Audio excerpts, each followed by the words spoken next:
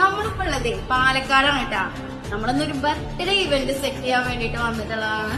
അപ്പൊ അതേ സമയം 5:43 6:30 മണിയാകുമ്പോഴേക്കും ഇവിടെ മൊത്തം സെറ്റ് ചെയ്ത് നമുക്ക് പരിപാടി കളറാക്കി കൊടുക്കണം. അപ്പൊ എങ്ങനെ